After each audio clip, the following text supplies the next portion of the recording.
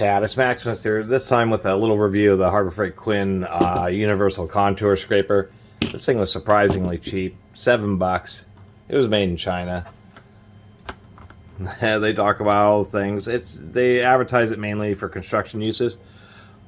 They also do give a little set of instructions on how to resharpen the blades using a file, and I thought that was kind of interesting. They do include a file. I mean, for $7, this thing was less than $1 per individual piece. So they come with just kind of a basic file, not super easy to hold on to, but I suppose it's fine. Kind of odd that they include it, but kind of happy at the same time. Stainless steel blades. So it comes with 6 blades, but they're double-sided blades, as we can see here.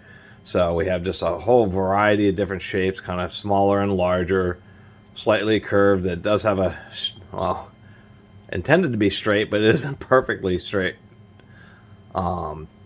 Just a bunch of different shapes and sizes. We can see that the grind isn't perfect, particularly on this one right here.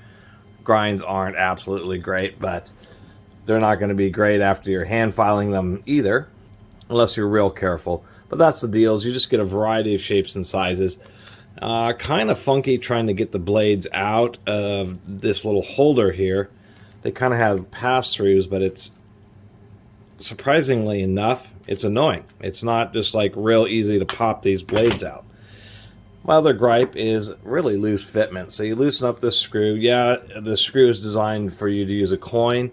You can even use the side of a blade to tighten it down, but really it's supposed to be pretty easy. You pop it in like that, tighten the screw down.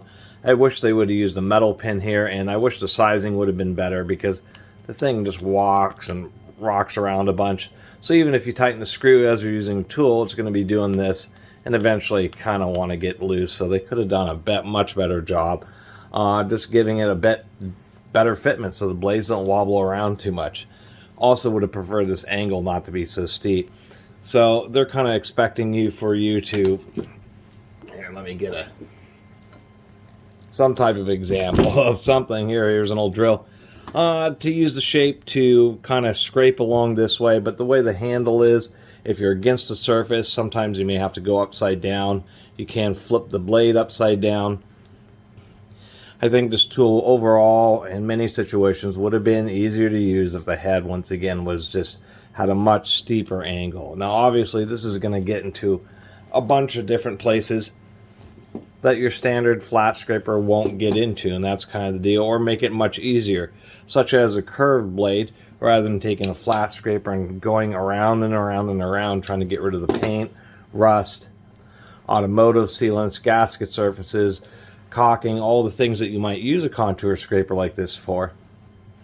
That's the deal, is just essentially help you save time, and that's why they include all these different shapes, is just so you can get in there and remove as much material as possible while still maintaining a decent amount of convenience. The stainless steel makes it, it's a little bit more of expensive material. I'm kind of curious why they chose to use stainless steel for the blades, besides some rust resistance. Stainless steels can be made hard, but they're not going to be able to get as hard as the hardest carbon steels, such as like what a razor blade is made out of. So I'm thinking that they chose that material because it's a little bit easier for you to hand file it and resharpen it, and basically so they kind of stay looking pretty nice. They could have done a better job on the card that holds the blades, but you know, for $7, what are you going to do? Wish they would have charged 10 and made it a little better. That's all I'm saying.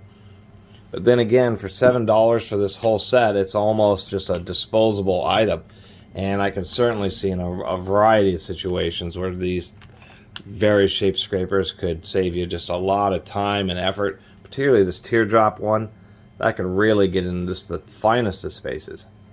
And the same deal with automotive uses. There's not every automotive gasket seals to a flat surface, particularly around cylinder heads. There's often times where the gaskets have to go around contours and different things, and so something like this could just make quite a bit of a difference in so many situations, like this little tongue one where you can get right into a groove and really clean it out, much more easily than trying to run wire brushes and all the other stuff that you have to try to clean up odd contours.